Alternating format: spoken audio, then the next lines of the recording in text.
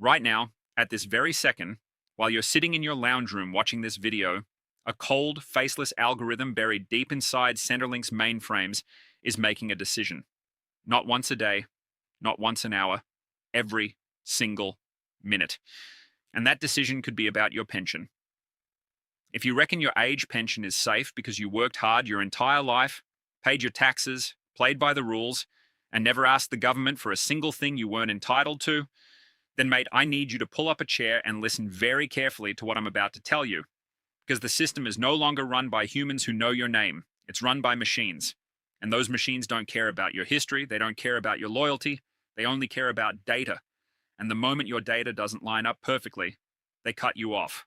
Without warning, without mercy, and without a single phone call to let you know it's happening. The latest Senate estimates figures have just dropped a bombshell on Australian retirees, and the numbers are genuinely shocking.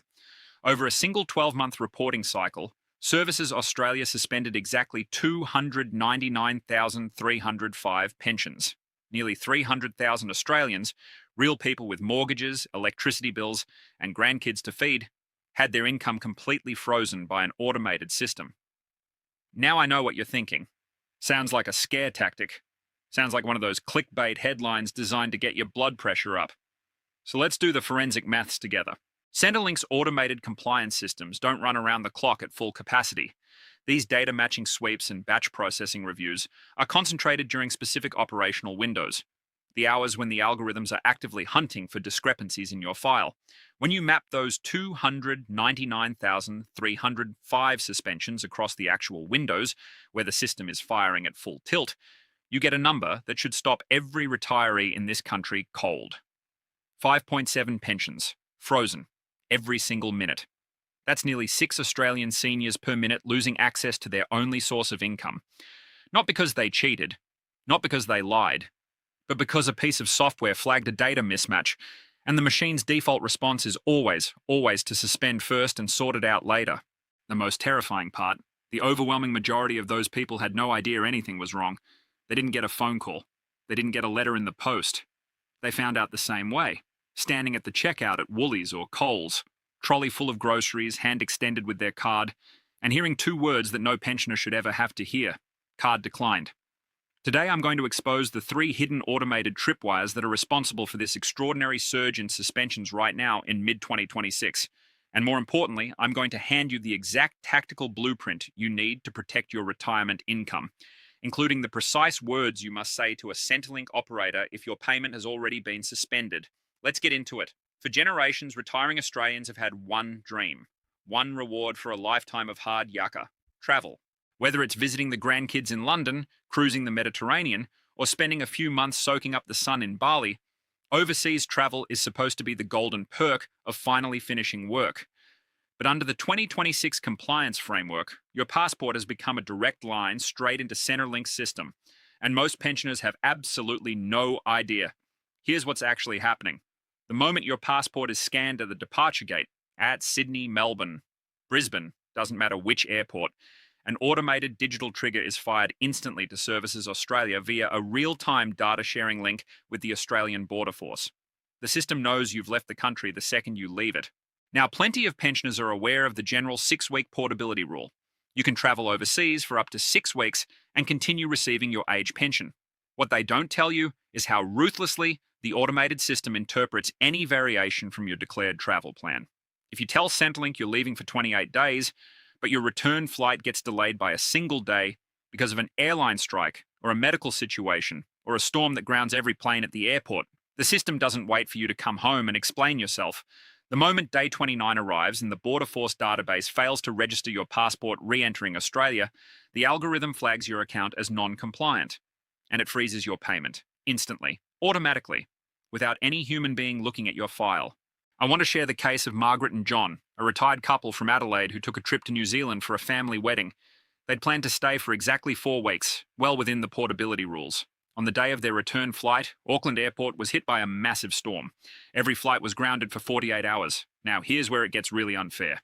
They tried to log into their MyGov account from their hotel room to notify Centrelink, but they couldn't get past the 2-factor authentication because the verification code was being sent to their Australian mobile number, which wasn't receiving messages overseas.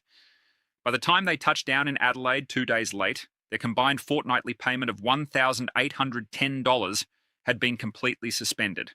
They spent 3 weeks on the phone, 3 weeks, trying to prove that an international airline delay was not their fault. Meanwhile, their electricity bills and grocery direct debits were bouncing back home. The automated system has zero empathy. It doesn't look at your 20 years of perfect compliance. It doesn't consider your circumstances. It sees a data mismatch, and it pulls the trigger. This brings us to the second tripwire, the one that's catching the most retirees completely off guard right now, and honestly, it's the one that makes me the angriest because it's a trap that was built into the system by design. Services Australia has been aggressively pushing a digital-first agenda, migrating millions of Australian seniors away from traditional paper mail and onto digital notifications through the MyGov portal. On paper, it sounds modern and convenient. In practice, for anyone who doesn't check a computer screen every single day, it is a financial death trap. Here's how it works, and how it works against you. When Centrelink wants to conduct a routine review of your assets, verify your income, or check your superannuation balances, they no longer print a letter, put a stamp on it, and hand it to a postie. Instead, they upload a document into your MyGov inbox and fire off a generic notification, a text message or email that says something along the lines of, "You have a new message in your MyGov account." That's it. That's your warning. If that text gets filtered into your spam folder, gone. If your phone deletes it automatically, gone. If you're away camping in the Kimberley with no mobile reception, gone. If you simply don't feel confident navigating the MyGov login process, gone. And here's the brutal reality. By law, Centrelink gives you exactly 14 days to respond to an information request. If day 14 arrives and you haven't uploaded the specific bank statements, managed fund records, or property valuations they've asked for, the automated compliance algorithm doesn't pick up the phone and give you a ring to ask if everything's all right. It classifies your file as failed to supply documentation and suspends your pension on the spot. Think about how fundamentally unfair this is. A paper letter sitting in your physical letterbox is a tangible, visible reminder that you need to take action. You can't miss it. You walk past it every single day until you deal with it. A digital letter sitting in a virtual inbox you didn't know existed or can't access is completely invisible until the money disappears. I hear from seniors every week who tell me, "James, I didn't see the notification because my phone was broken." Or, "I was away visiting my daughter and didn't have internet." Or, "And this one breaks my heart. I thought the email was a scam from hackers trying to steal my identity, so I deleted it. By the time they realize it was a genuine demand from Centrelink, the payment is already gone. And they're staring down a phone queue that regularly runs upwards of 2 hours just to get a human being to look at their file. 2 hours, on hold, when you can't afford to put food on the table." Now, the third tripwire is the most technically complex, but it might be the most dangerous of the three, particularly right now because of something that happened earlier this year. On March 20th, 2026, the federal government officially ended the long-running freeze on deeming rates. The lower deeming rate jumped to 1.25%, and the upper deeming rate skyrocketed to 3.25%. This single policy shift fundamentally changed how Centrelink calculates the income it assumes you're earning from your financial assets, your cash savings, term deposits, and managed funds. But the real danger isn't just the deeming rate change. It's what's happening right now in the lead up to July 1st, 2026, when the newly indexed income and asset thresholds come into full effect. Here are the new numbers you need to know cold. For a single homeowner, the full pension asset limit is rising to $333,000, with the part pension cutoff moving to $733,500. For a couple who own their home, the combined asset limit for a full pension shifts to $499,000, with the absolute disqualifying part pension limit moving to $1,102,500. Now, on the surface, higher thresholds sound like good news. Theoretically, you can hold slightly more in assets before your pension starts reducing. And that's true. But here's the catch that nobody is talking about. The automated system is currently running unannounced, system-wide compliance evaluations across every single pension account in Australia. It's matching your declared assets against updated market valuations, new indexing calculations, and the incoming July thresholds, all at the same time. If you have a term deposit that rolled over at a higher interest rate since your last update, the system flags it. If you sold a car or a piece of furniture and deposited the cash into your bank account without instantly updating your online asset schedule, the system flags it. Any undeclared financial movement, no matter how minor, no matter how innocent, is treated as a potential breach of your reporting obligations. And instead of adjusting your payment down by $10 or $20 to reflect the change, the algorithm frequently triggers a blanket suspension on the grounds that your current financial position is unverifiable. You are caught in an asset overlap. Old data meets new rules, and the machine, every single time, chooses to freeze your funds rather than calculate the nuance. So, how do you defend yourself against all of this? You cannot afford to sit back and hope for the best. You need to act right now. Here is your exact step by step protocol to make sure your name never appears on that suspension list. Step 1 requires you to log into your Centrelink account through MyGov this very week and navigate directly to your profile settings. Check with absolute certainty that your communication preferences are set the way you want them, not the way the government thinks is most convenient. If you're not confident managing a digital inbox, or if you can't guarantee you'll check it multiple times a week, you have a legal right to switch back to paper mail. Exercise that right.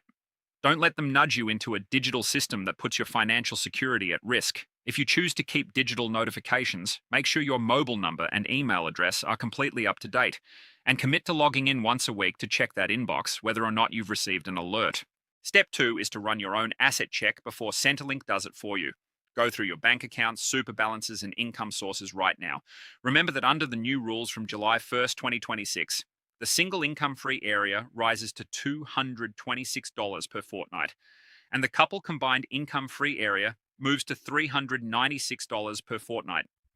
If your deemed income or any casual earnings edge above these figures, even slightly, you must report the change within 14 days.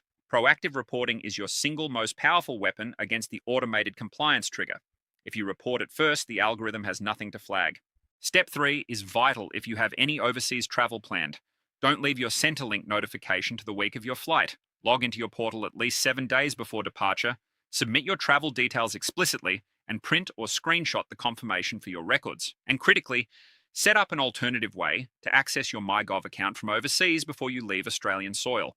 Don't rely on your Australian mobile number receiving verification codes when you're sitting in a hotel room in Edinburgh or Phuket. But what happens if you're watching this video and it's already too late? What if you checked your bank account this morning and the money simply wasn't there? Here's what most retirees do in that situation. They panic. They ring the Centrelink Older Australians line. They sit on hold for 2 hours. And when they finally get through, they get bounced from department to department, passed between call center contractors who have no authority to fix anything, until they give up in despair. Don't do that. Use this exact script instead. The moment an operator picks up, say these words clearly, calmly, and confidently. My name is, and state your full name. My Centrelink reference number is, and state your CRN exactly. My age pension, which is my sole source of income, has been completely suspended without a formal notice of decision being delivered to me.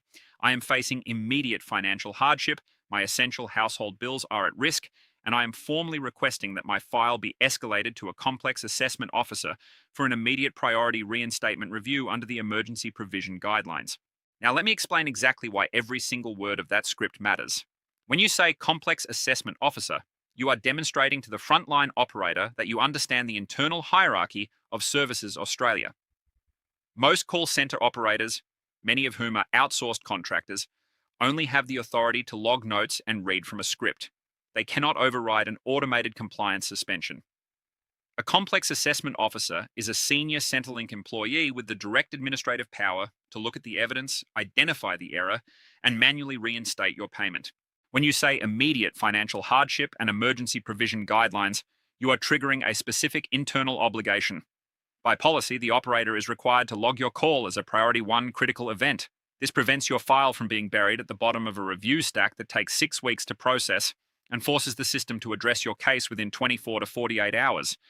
If the operator tries to tell you to wait, or that someone will ring you back in a few weeks, hold your ground. Politely but firmly say, I understand you're following your procedure. However, my income is now 0 through no fault of my own. I require you to note on my file that I am formally requesting a review of this suspension by an authorized review officer today. Do not hang up until they confirm that note has been added to your file. Let's be completely straight with each other about what's really going on here. The Australia of 2026 has handed the management of its social security safety net almost entirely to cold, calculated computer algorithms. The local Centrelink office where a staff member knew your name and your circumstances?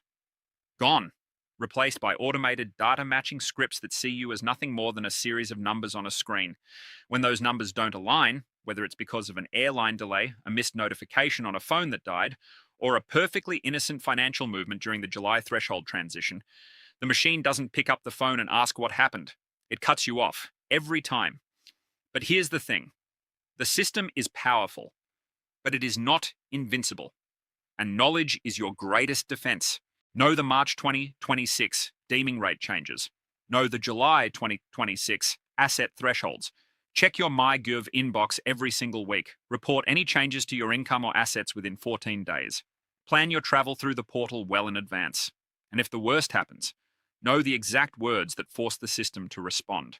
You worked your entire life for this retirement. You earned every single dollar of that pension. Do not let a piece of software running a compliance sweep in the middle of the night without a single human reviewing your file take it away from you without a fight. Don't become another number in that tally. 5.7 pensions frozen every minute. Make sure yours isn't one of them. If this video helped you, share it with every retired Australian you know, because the person who needs this information most is the one who doesn't know it yet.